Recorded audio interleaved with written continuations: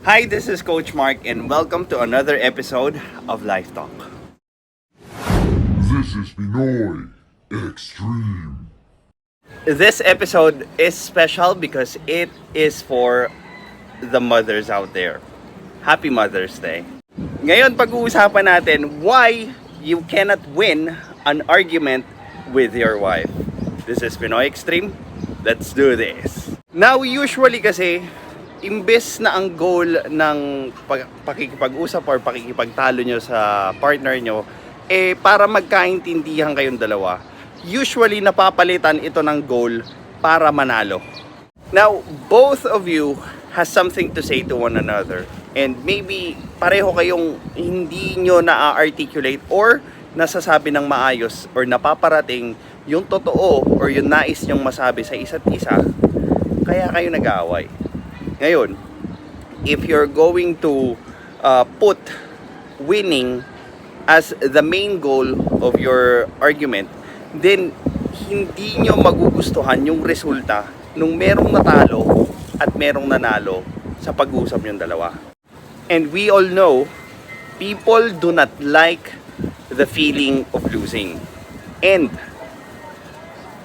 if you are going to make your partner lose, ibig sabihin nun, married ka or in a relationship ka with a loser. Now, there are two things that you can do. Well, for one, just brush it aside. Huwag nyo nang isipin, huwag nyo nang pagawayan. But, hindi pwedeng mangyari yun. Dahil, lalaki at lalaki lang yung problema nyo nang hindi nyo namamalayan. Tingin nyo, okay kayo kasi na-brush nyo aside, pero, one day, babalikan kayo nyan. Or, pwede nyong tulungan yung isa't isa na masabi ng isa't isa yung totoong nararamdaman nila nang hindi sila natatakot na baka parusahan nyo sila.